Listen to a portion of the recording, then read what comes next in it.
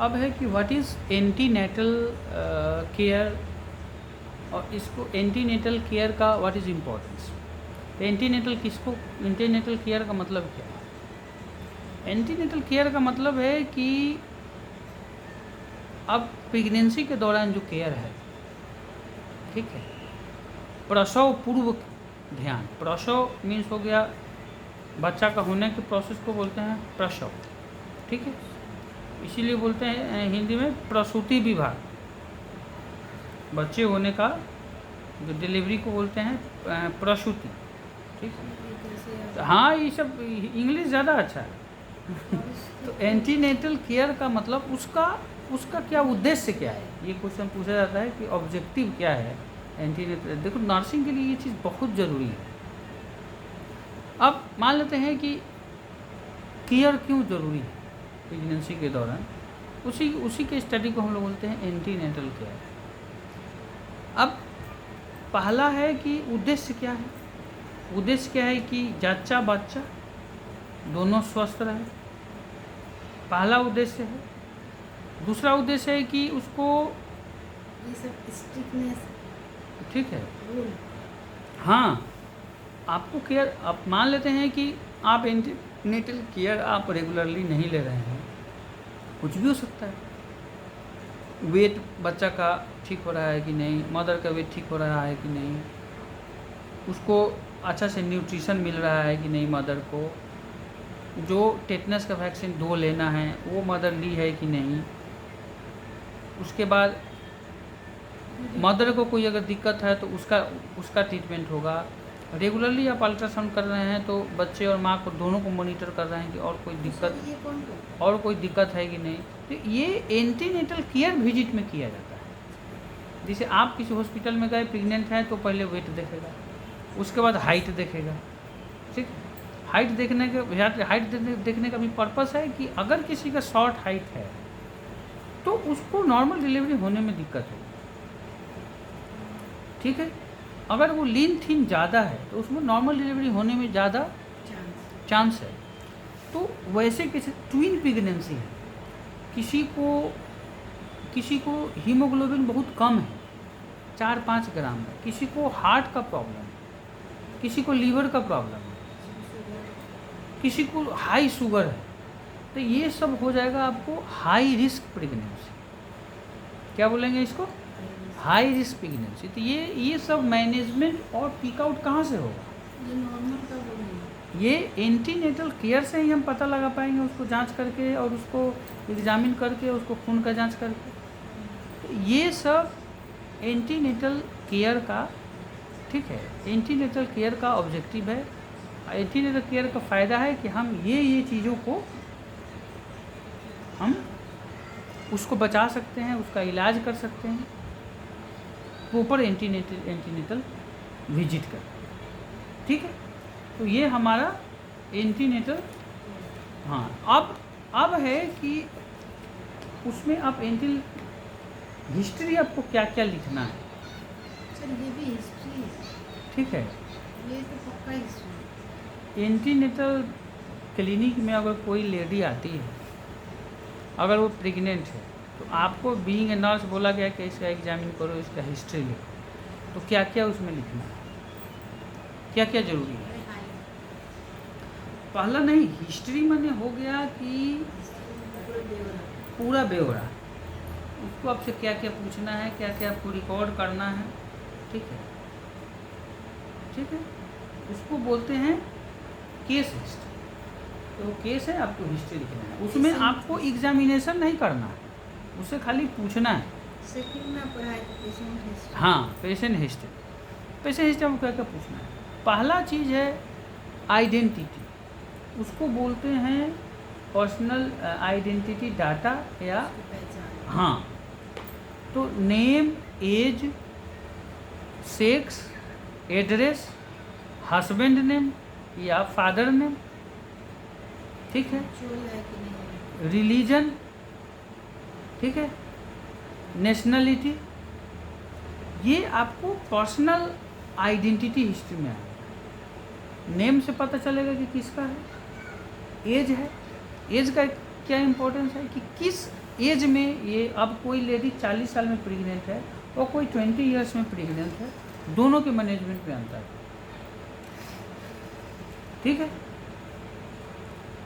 किस रिलीजन से है इस पर भी बहुत सारा है कि हर रिलीजन में अलग अलग ट्रेडिशन फॉलो किया जाता है, वो भी आपको रिलीजन ज़रूरत है। एड्रेस क्यों ज़रूरी है? आप कोई चीज़ उसको कम्युनिकेट करना है तो एड्रेस ज़रूरी है कि कोई चीज़, माने कि उसका हीमोग्लोबिन आपने रिपोर्ट करा है, उसका 4 आ गया हीमोग्लोबिन, तो 4 आ गया तो बहुत कम है, तो उसको फ़ोन नंबर एड्रेस रहेगा तो आप उसको बता पाइए। मेरी मम्मी का 4 है। ठीक है, तो अब उसको कम्युनिकेट करना,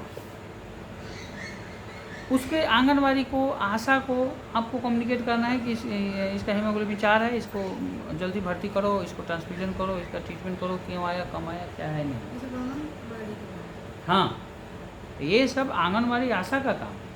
आंगनवाड़ी का काम प्राइमरली ये आशा का काम कि वो केस को, प्रेगनेंसी केस को रजिस्टर करे, उसके रिस्क फैक्टर को लिखे।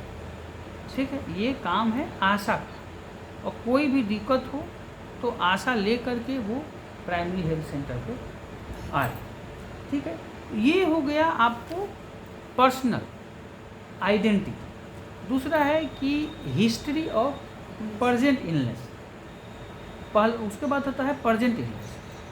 प्रेजेंट इलनेस 2 ही लाइन का लिखना होता है। मेन कंप्लेंट प्रेगनेंसी में क्या होगा कि हमको एमिनोरिया, मेंसेस नहीं हो रहा है 2 मंथ से या 3 मंथ, जो भी उसका पीरियड रहा हो, वो एक होगा।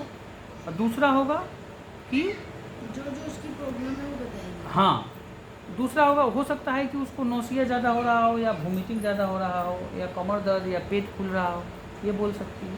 तो आपको 2 या 3 ही लाइन लिखना है, प्रेजेंट कंप्लेन या चीफ कंप्लेन उसको बोलते हैं। अब दूसरा ये पॉइंट हो गया। तीसरा पॉइंट हो गया कि हिस्ट्री ऑफ प्रेजेंट इलनेस।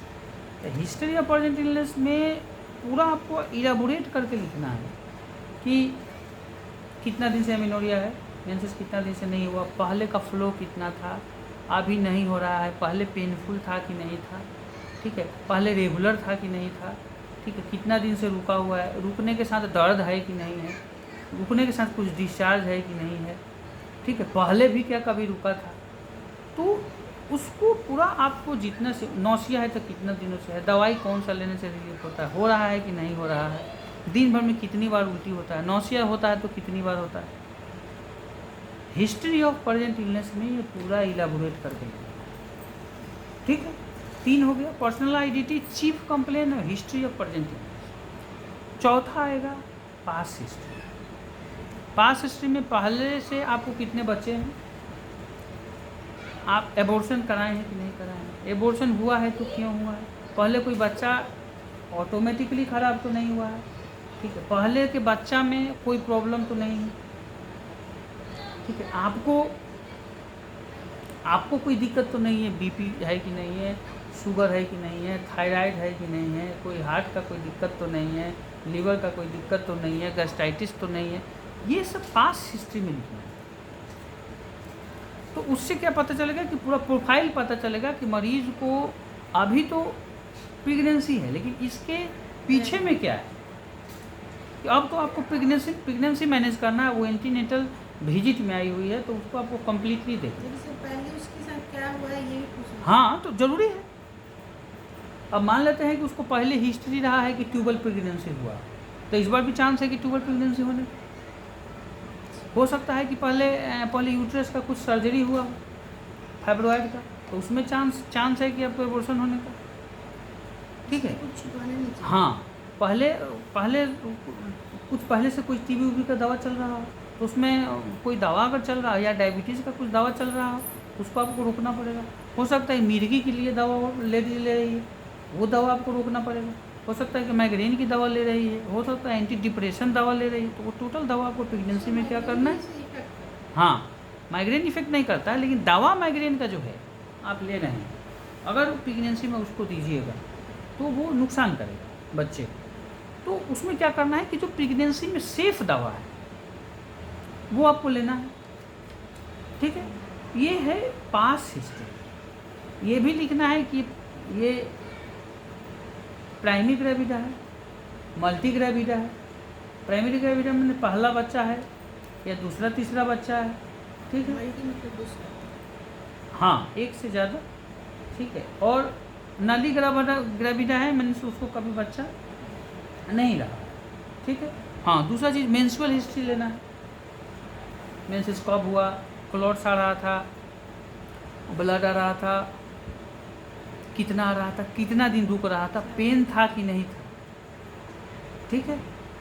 एक महीने में कितना दिन आता था, ठीक है। टोटल चीज़ आपको नोट करना है।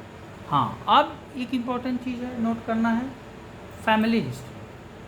फैमिली में भी किसी को हार्ट का प्रॉब्लम तो नहीं है, फैमिली में किसी को गठिया का तो प्रॉब्लम नहीं है, फैमिली में किसी को डायबिटीज़ तो नहीं है, फैमिली में किसी को हाइपरटेंशन तो नहीं है, फैमिली में किसी को कॉन्जेनाइटल बीमारी तो नहीं है, किसी को ऐसा बीमारी तो नहीं है फैमिली में जो जन्म से चला आता रहा, उसको बोलते हैं जेनेटिक डिसऑर्डर।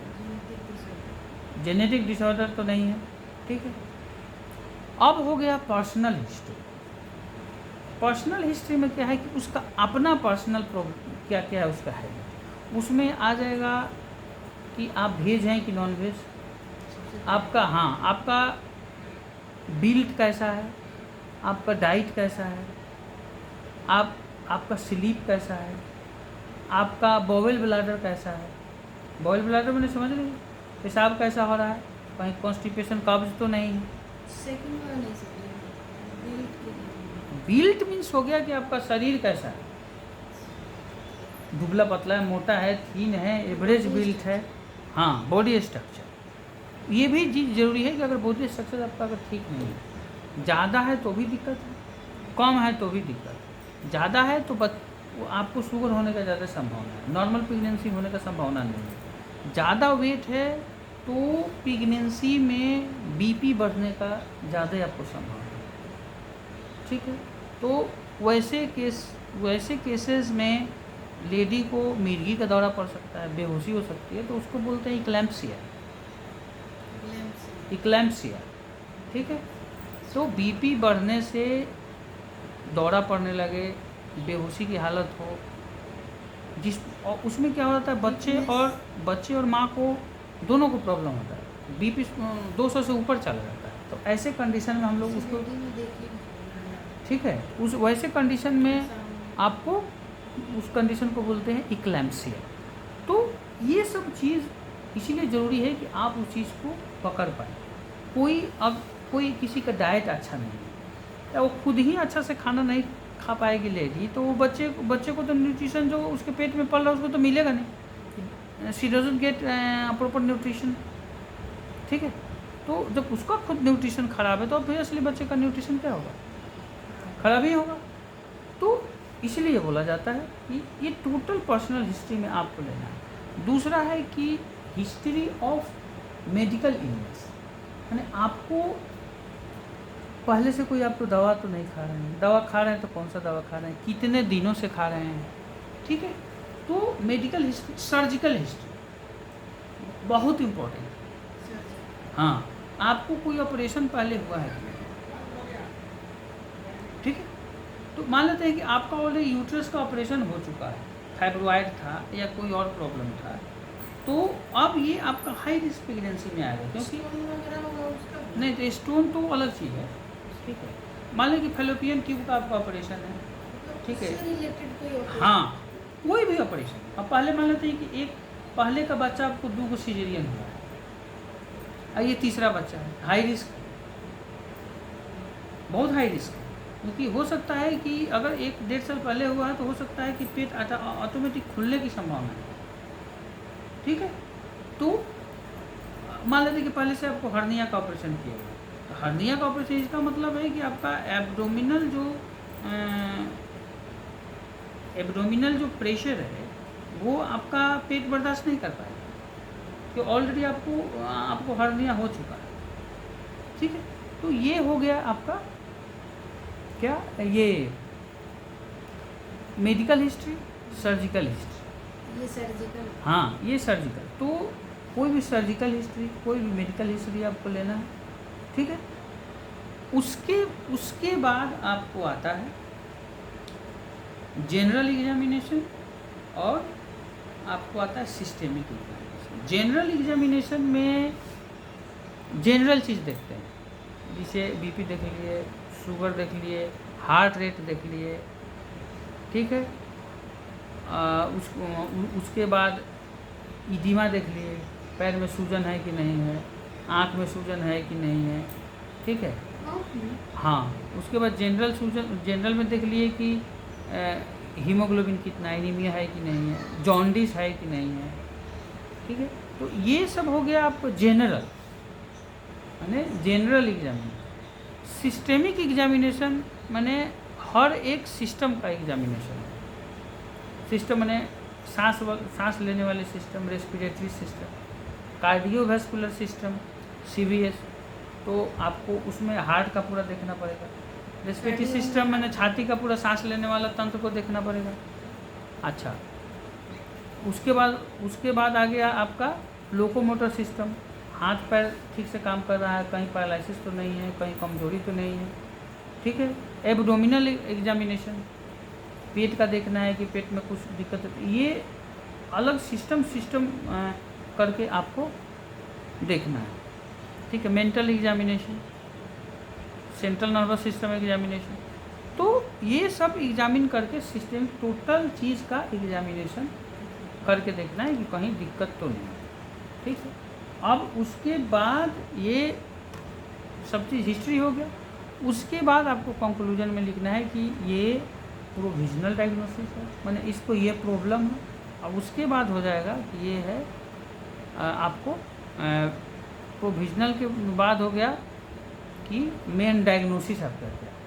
तो इतना कुछ करके और उसके बाद जांच, तो जांच अभी बताएं हम कि एंटीनेटल में क्या करना नहीं करना, तो उस जांच को आपको पूरा लिखना है। तो ये हो गया complete case history of A pregnant lady, ठीक है। हाँ, इम्यूनाइजेशन हिस्ट्री बहुत इंपॉर्टेंट। इम्यूनाइजेशन मैंने टीका, हाँ, टीका का हिस्ट्री बड़ा जरूरी है। वो ऑलरेडी टेटनस ली है कि नहीं ली है, वो ऑलरेडी वो जो नेशनल इम्यूनाइजेशन प्रोग्राम के अंतर्गत जो टीका उसको पढ़ना चाहिए वो उसको पढ़ा है कि नहीं पढ़ा है। उससे भी बहुत सारा फर्क पड़ता है कि मान लेते हैं कि आपने वैक्सीन लिया नहीं, तो वो आपने वैक्सीन, आप प्रोटेक्टेड नहीं है, तो आप प्रोटेक्टेड नहीं है तो आपका बच्चा भी प्रोटेक्टेड नहीं रहेगा। ये हो गया कंप्लीट एग्जाम।